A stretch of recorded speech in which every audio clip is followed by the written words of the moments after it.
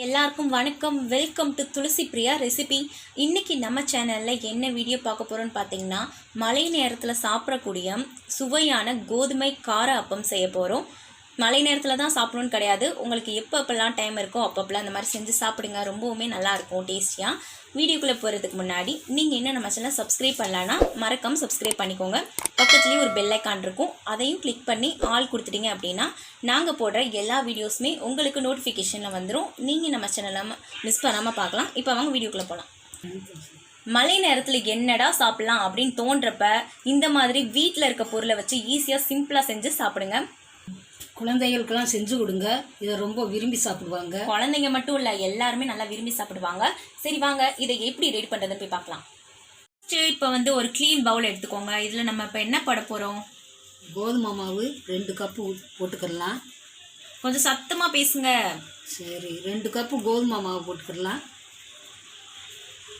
இப்போ அரை கப்பு பச்சரிசி மாவு போட்டுக்கிடலாம். இப்போ 2 பச்சை மிளகா போட்டுக்கிடலாம். அதுக்கப்புறம் கொஞ்சமாக மட்டும் இஞ்சி போட்டுக்கலாம், நிறைய போட வேணாம். கருவேப்பிலை கொஞ்சம் போட்டுக்கலாம். ஒரு கொத்து மட்டும் கருவேப்பிலை போட்டுக்கலாம். இப்போ 1 ஸ்பூன் அளவுக்கு தனி மிளகாய் தூள் போட்டுக்கலாம். தேவையான அளவு உப்பு போட்டுக்கிடலாம். அரை கப் அளவுக்கு தயிர் ஊற்றிக்கலாம். தயிர் ரொம்ப புளிப்பாக இருக்கக்கூடாது, அப்புறம் நல்லாவே இருக்காது.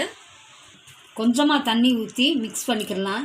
மொத்தமாக தண்ணி ஊற்றிடாதீங்க, அப்புறம் நல்லா அப்புறம் தண்ணியாக போயிடும். அதனால் கொஞ்சம் கொஞ்சமாக தண்ணி ஊற்றி மிக்ஸ் பண்ணிக்கோங்க.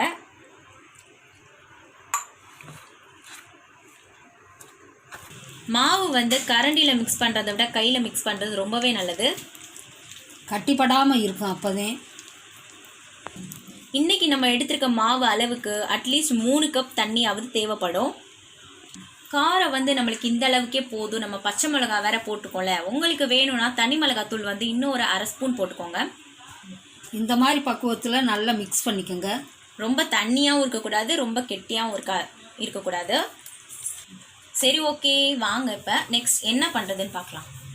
இப்போ ஸ்டவ்வை பற்ற வச்சு ஒரு குட்டி வடைச்சட்டி வச்சுருக்கோம். அதில் கொஞ்சம் எண்ணெய் ஊற்றிக்கிடலாம். எண்ணெய் ஃபஸ்ட்டு நல்லா சூடாகட்டும். சூடாயிடுச்சுன்னா தொட்டு பார்க்கலாம் வேணாம். ஓகே, எண்ணெய் சூடாயிடுச்சு. மீடியம்லேயே வச்சுக்கோங்க. கொஞ்சம் கொஞ்சமாக போடுறீங்களா? அப்போ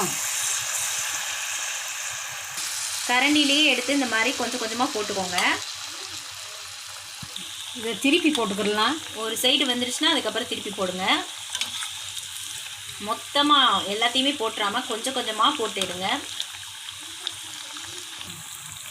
மீடியம்லேயே வச்சுருங்க, அப்போ தான் உள்ளே இருக்க மாவுலாம் நல்லா குக் ஆகும். இந்த அப்பமில் பார்த்தீங்கன்னா சோடாப்பூ நாங்கள் போடலை. உங்களுக்கு வேணும்னா நீங்கள் போட்டுக்கோங்க கொஞ்சமாக. இப்போ இதை எடுத்துக்கிடலாம்னு சொல்கிறேன். நீங்களே சொல்லுங்கள். இப்போ இதை எடுத்துக்கிடலாம். மீதம் இருக்க மாவையும் இந்த மாதிரி போட்டு எடுத்துக்கிறோம்.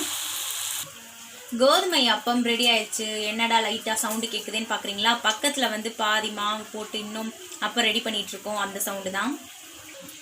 நீங்களும் உங்கள் வீட்டில் இந்த மாதிரி செஞ்சு கொடுங்க. இந்த வீடியோ டேஸ்ட்டாக இருக்கும்.